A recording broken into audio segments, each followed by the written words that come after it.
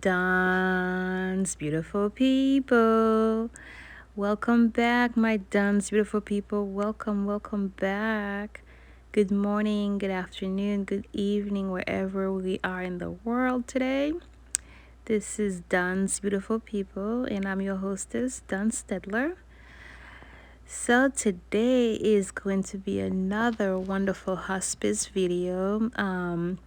As I had promised in the last video, I was going to come back and make another video regarding hospice, and the topic for today will be lack of appetite. Now, for those of you who have not yet had a chance to look at my previous video, I'm going to put the link right above. It is titled Hospice Dysphagia. Okay. I really encourage you to take a look at it, to just listen to the video, watch the video. It's very informative. But that being said, this topic will focus on lack of appetite. Today's topic will be lack of appetite. Okay. My Duns beautiful people, in this video, I'm going to talk about three different sections. Okay, I'm going to break it down into three different sections so that we all can have a clear and simple understanding of lack of appetite at end of life. Okay, so the first section will be, why do people experience lack of appetite at end of life? The second one will be, is having poor appetite, does that hurt the patient? Is it hurting the patient? And the third part will be some coping strategies for caregivers. Okay, so yes, we're going to just break it down a little bit regarding this topic. All right, so we're going to talk about why people experience lack of appetite. Is it hurting the patient? And some coping strategies. All right. Now, lack of appetite, in my experience, I would say, is the number one signs and symptoms that occurs at end of life that families have, really have a hard time coping with. Now, this might come as a shock to most of you because you might be thinking, or you might have thought, that the number one difficulties that caregivers would face regarding their loved ones dying would have been pain. That the number one difficulty would be that the caregivers would complain would be of pain, which in the beginning, I also thought so too. In the beginning of my career, that was. But having been working in the hospice field for over a decade now, for over 10 years now, I have had the privilege of, to enter so many wonderful and loving, caring caregivers' houses, homes. And from my experience of dealing with them and working together with the caregivers, and I also bet several of my other colleagues, my other hospice professionals, such as social workers and the hospice aide, can attest to this, that the number one concern most families have is saying that mom and dad are refusing to eat. Okay, my loved ones don't want to eat. My loved ones no longer have appetite. They're refusing meals. Okay, now let's think about this for a minute. Okay, so eating is such a big part of everybody's culture. Okay, when we first walk into somebody's home, what do they usually do? Well, as you know, they offer us something to drink. They ask us, would you like a glass of water? Would you like something to eat? Okay. Um, And also think about it, when we are celebrating, when we're at a wedding, when we're having a graduation, when we're throwing a party, okay, we usually eat. That's a big part of the activity.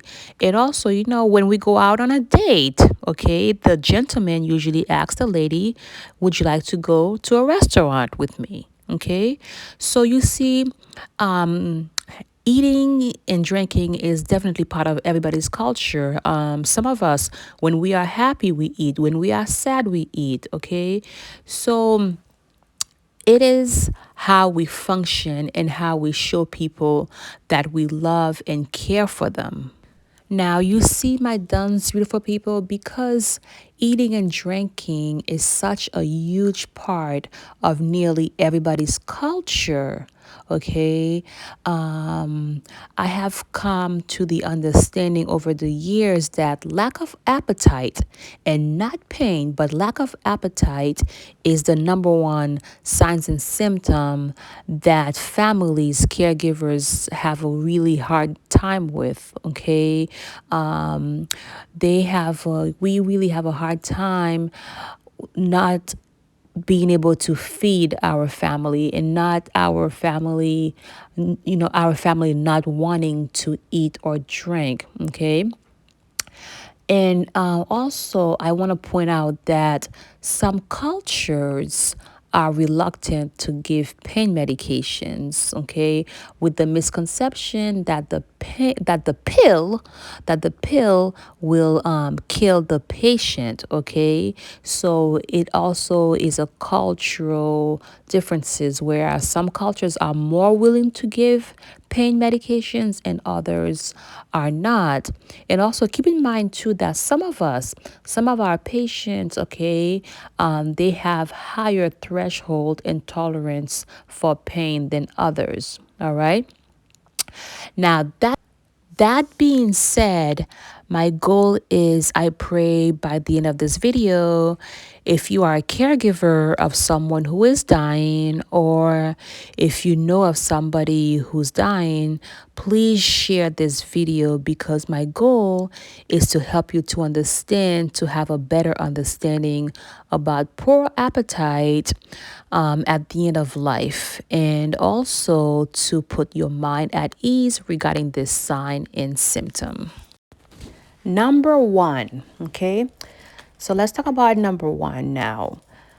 Now, why do we experience lack of appetite at end of life? Why we no longer have the desire to eat when we are dying? Now, I want you to think of your body as a car, okay? Think of a car. Imagine our body as a car. When we are healthy and energetic, we need food, which is like gasoline, in order for our body to function, all right? And when we are healthy and we are moving about, we eat food to obtain fuel and energy into our body. But when we are dying, the opposite occurs. Our body is shutting down. It no longer requires fuel. Okay, so that is one of the main reasons why we don't want to eat. Now, my Duns beautiful people, I also want you to understand this too. Understand that even if we were to say go to the extreme level of putting a G tube and doing tube feeding for a patient, this process itself can lead to aspiration pneumonia. Okay, and aspiration pneumonia, it's not a good thing to have. Okay, this will be in my next topic. I'm going to be doing my next video on aspiration pneumonia, so please be on the lookout for that. Okay, now, forcing someone to eat is not good practice, okay? The minerals, the nutrients from the food will not properly be absorbed by our body, because at that point, our body is slowly shutting down. Our organs, our tissues, all are started to slow down and getting ready to welcome death.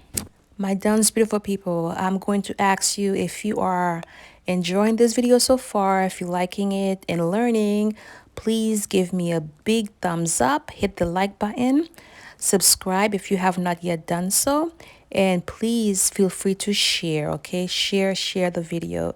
Thank you. God bless. Number 2.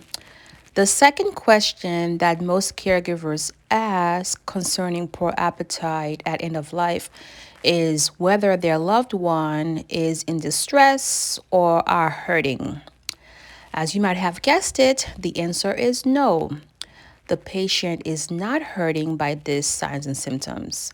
It is not hurting the patient that they no longer desire to eat, okay? Our loved ones are not in any distress.